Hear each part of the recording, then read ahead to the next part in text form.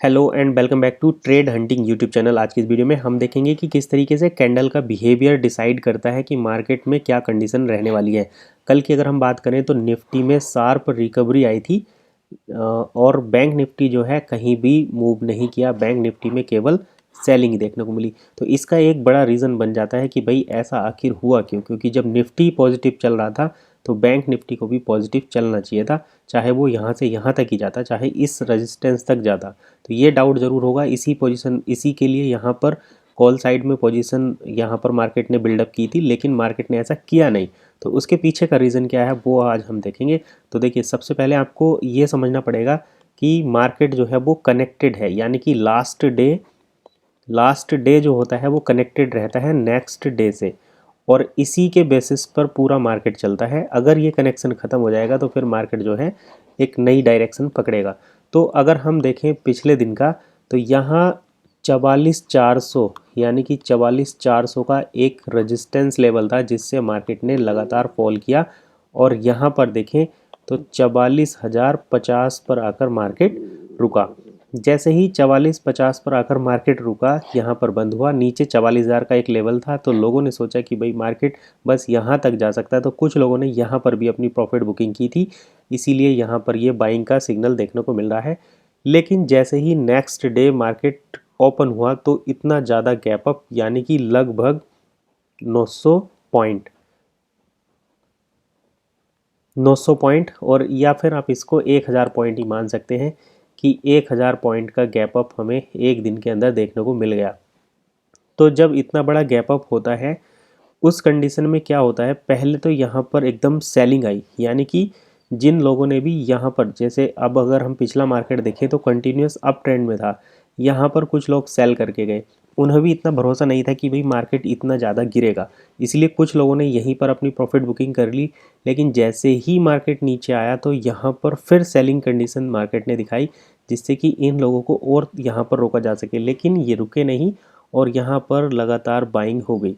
जैसे ही बाइंग हुई तो ये जो सेलर थे, या यहाँ पर भी अगर कुछ सेलर आए थे, वो मार्केट से सेल ऑफ करके निकल गए। तो जब यहाँ पर सेलर ही नहीं बचे तो मार्केट ऊपर जाएगा क्यों? यानी कि ट्रेड कब होती है, सीधी सी बात है, ट्रेड कब होती है? ट्रेड जब होती है जब एक बायर हो और एक सेलर हो और इनके ऑर्डर एग्जीक्यूट हो, ऑर्डर मैचिंग हो। यानी कि अगर एक बंदा 44,050 पर ख़रीद रहा है तो एक बंदा 44,050 पर बेच भी रहा होना चाहिए, तभी वहाँ पर ऑर्डर एग्जीक्यूट होते हैं। और जब ऐसा नहीं होता तो मार्केट उस डायरेक्शन में जाता है जहाँ पर उसे ऑर्डर मिलते हैं। तो यहाँ पर मार्केट को मिले थे बाइंग ऑर्डर, इसलिए मार्केट आया यहाँ पर। ये इस तरीके से एनालिसिस होता है। कैंडल बिहेवियर से ही ये पता चल जाता है। शुरू में जैसे ही यहाँ पर एकदम सेलिंग आई, जैसे ही ये मार्केट ओपन हुआ, ओपन होने के बाद मार्केट ने एक रेड कैंडल दी। रेड कैंडल देने का मतलब कि यहाँ पर सेलिंग हुई। किसकी सेलिंग हुई?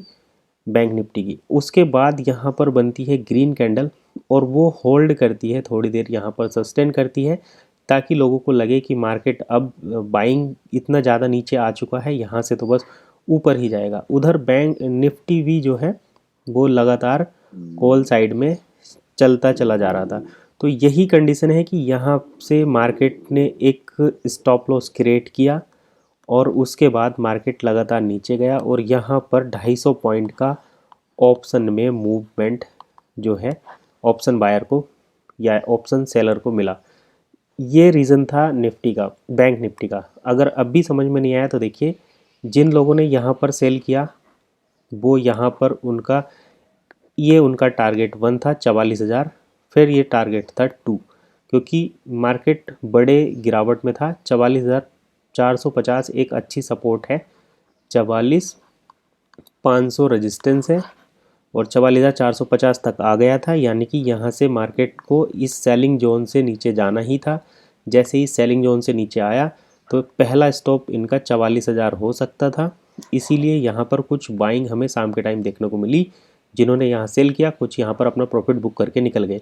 लेकिन जैसे ही मार्केट अगले दिन और ज़्यादा गैप डाउन ओपन हुआ तो यहाँ पर कुछ प्रॉफिट बुकिंग आई, और जैसे ही ये मार्केट रेड ग्रीन बनना शुरू हुआ तो ये जो सेलर हैं, या यहाँ पर भी अगर कुछ सेलर आए हैं, तो वो अपना प्रॉफिट बुक करके निकल जाएंगे। यहाँ पर प्रॉफिट बुकिंग हो चुकी है, और जब प्रॉफिट बुकिंग हो चुकी है तो मार्केट को यहाँ पर ऑर्डर ही नहीं मिलेंगे, और जब मार्केट को ऑर्डर नहीं मिलेंगे तो मार्केट उस साइड में मूव नहीं करेगा, ये कंफर्म होता है। अब देखिए, ऐसी कोई ट्रांसपेरेंसी पॉलिसी नहीं है जहां से आप ये चेक कर सकें कि यहाँ पर ऑर्डर अवेलेबल है या नहीं, यहाँ पर ऑर्डर अवेलेबल है या नहीं। मार्केट को जहाँ पर ऑर्डर मिलते हैं मार्केट उसी डायरेक्शन में मूव करता है। अब देखिए, अगर हम यहाँ पर देखें बैंक निफ्टी में, तो बैंक निफ्टी में यहाँ पर मार्केट को ऑर्डर्स मिले हैं,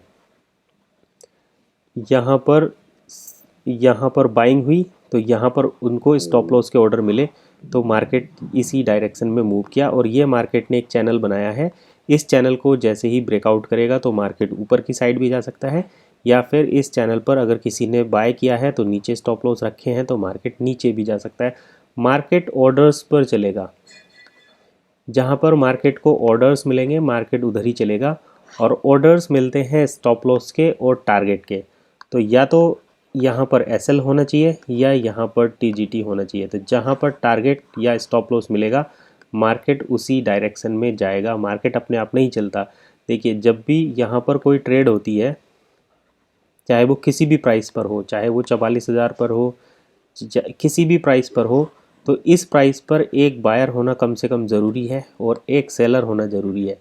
जब बायर और सेलर रहेंगे, जैसे आप मानिए कि आप कोई सामान प्रोडक्ट बेच रहे हैं, मार्केट में वेजिटेबल ही बेचते हैं, जैसे पोटैटो अगर आप ख़रीदने जा रहे हैं तो वहाँ पर बेचने वाला सेलर भी होना चाहिए और वहाँ पर एक बायर भी होना चाहिए, तभी तो यहाँ पर ट्रेड होगी। अगर बायर और सेलर ही नहीं रहेंगे तो ट्रेड कहाँ से होगी। तो जब भी आपको मार्केट में कोई डिसीजन बनाना हो, इस टाइप का ज़रूर ध्यान रखें कि कैंडल का बिहेवियर किस तरीके से बोल रहा है और ऑर्डर्स अवेलेबल हैं या नहीं।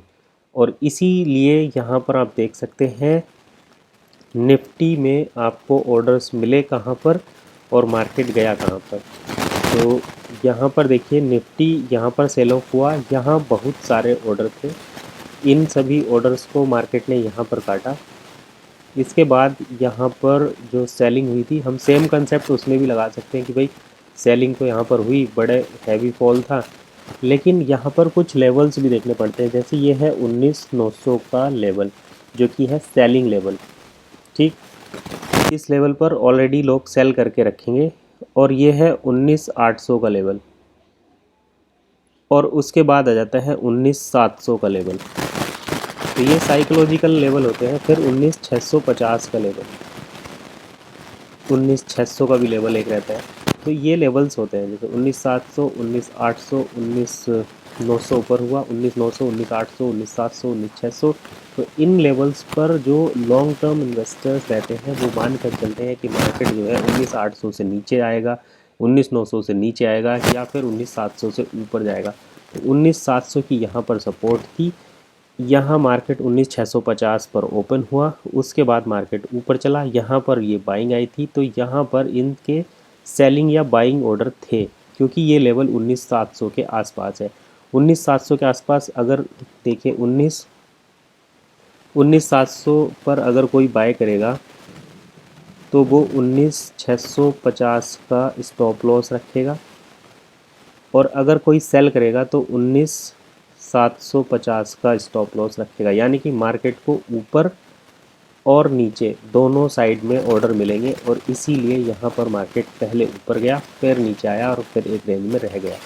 ऐसा ही हुआ है सीधा बैंक निफ्टी में, जैसा कि हमने अभी देखा 44,000 का जो ये लेवल था, यहाँ इस लेवल को मार्केट ने टच ही नहीं करा। यानी कि 44,000 पर ऑर्डर तो होंगे ज़रूर, लेकिन यहाँ पर मार्केट को कोई ऑर्डर मिला ही नहीं।